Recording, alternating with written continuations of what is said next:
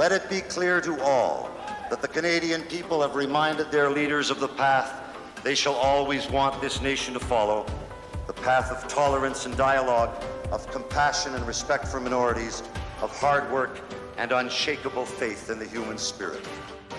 Of course, that was one of the big moments in the life of Brian Mulroney when he became Prime Minister 40 years ago.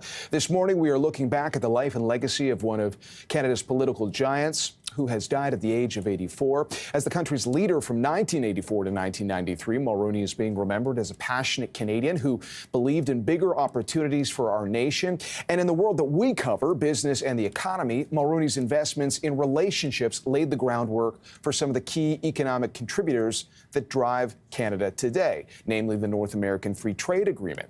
And after moving on from his political career, Mulroney remained an important voice in this country. His skills as a speaker, coupled with all those investments he personally made in relationships, meant that he was often someone we turned to at big moments because he knew what to say. And of course, he often personally knew the people at the center of those stories. Many of us wanted his opinion, wanted to know what he thought.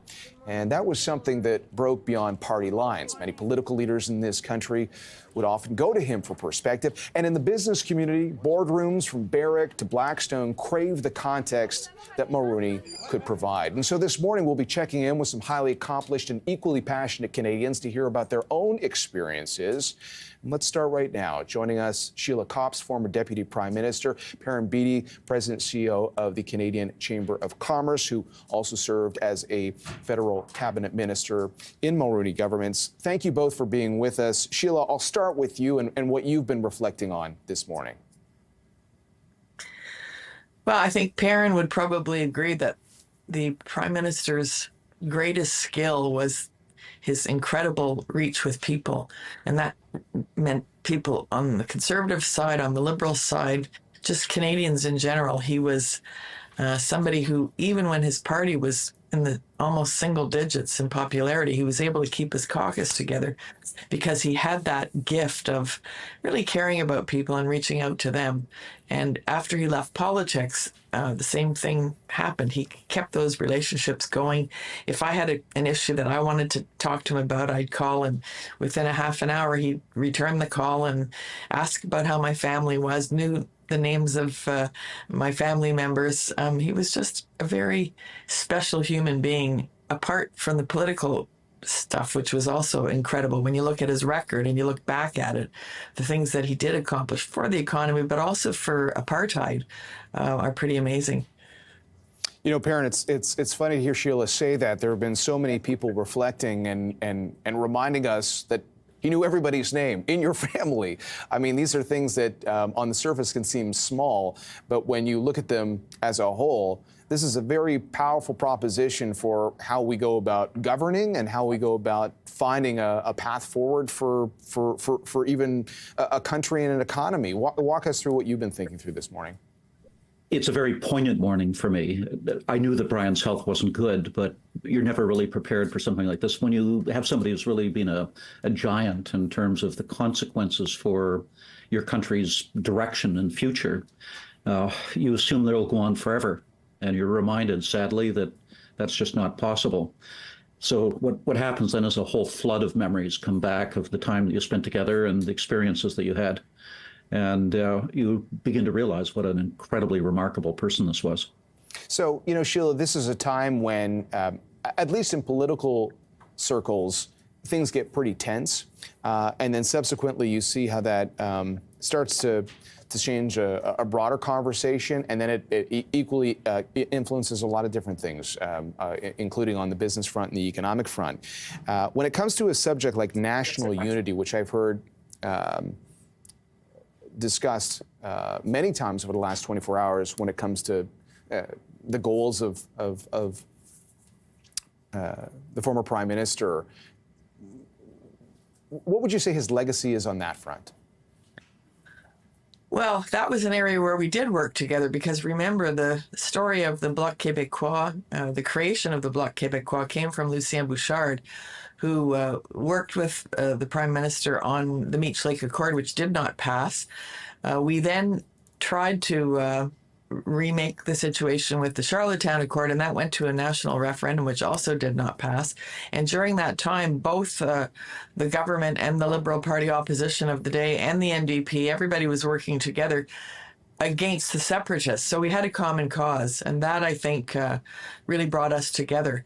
In the case of the House of Commons as well, what's interesting is that relationships today are very personally bitter. You hear the bitterness in people's voices. But in the case of our time, the most bitter debate was not personal. It was actually about the future of Canada. And on that issue, for the 10 years that I sat with him while I was in the opposition, he was in the government, we were on the same side of the issue fighting for Canada. And there was a very strong contingent, as you'll remember, back to the 1995 referendum that just about took us over the edge and finished with the country. So it was real, it was visceral, it was vicious, but it wasn't personal.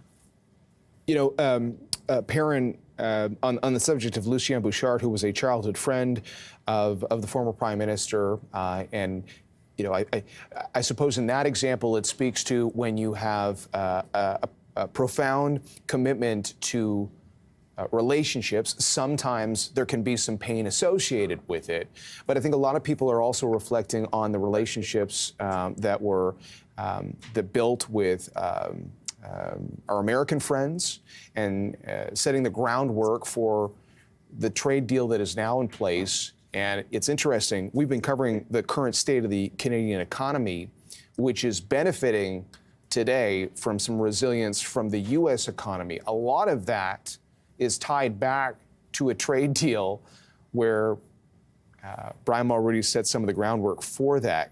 Can you walk us through or remind our broader audience the road towards actually getting a trade deal together in the first place? John, it's interesting to go back even before that. At the time that Brian Mulroney ran for the leadership of the Conservative Party, he was opposed to free trade with the United States.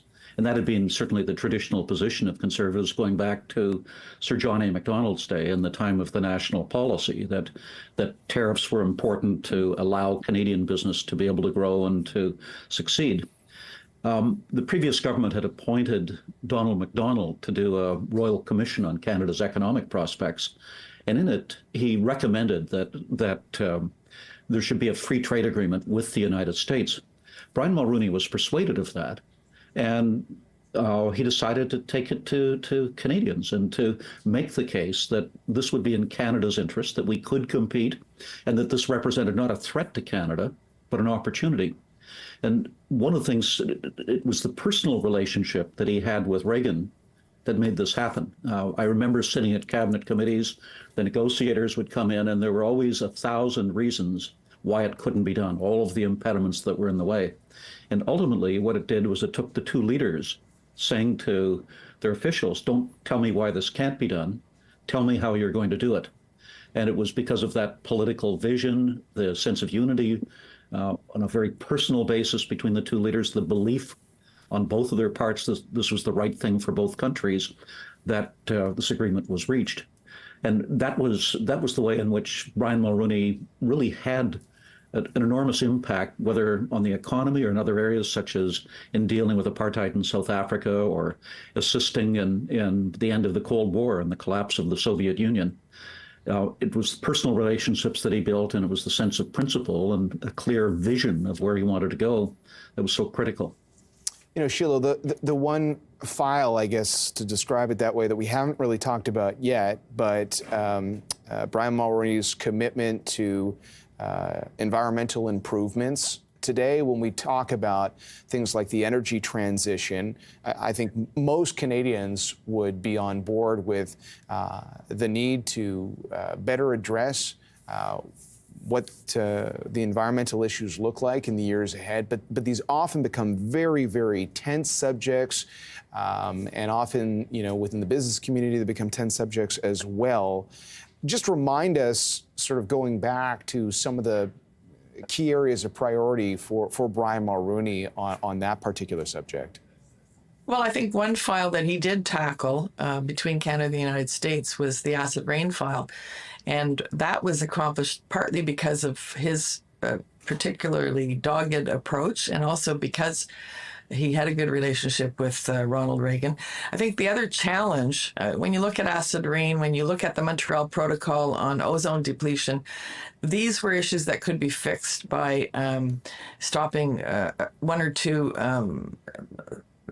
ingredients from coming into the atmosphere. In the case of global warming, it's everything, which makes it a lot more complex. But I think what Mulroney did see early on, he was one of the first world leaders to go to promote the Rio Summit, which was on sustainable development and the environment, and the notion that when you make changes, you have to think globally and act locally. Gro Harlem Brundtland from Norway got a lot of credit for that summit, but he was actually very present in making it happen. And he did get the accolade of being Canada's greenest prime minister in a vote, sort of an informal vote that took place that I was involved with, partly because he did see things into the future. What Rio talked about in 1992 is only happening now.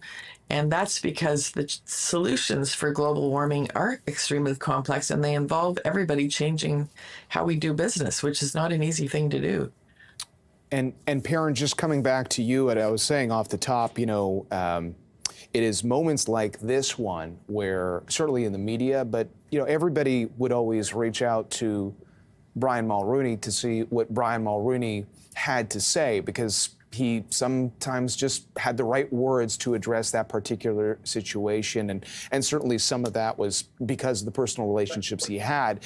But as someone who has worked closely with the business community and for many years now yourself, what can you tell us about those boardroom conversations that Brian Mulroney has been helping to guide over these last few decades? We don't see that as much. We didn't see that as much in the day-to-day.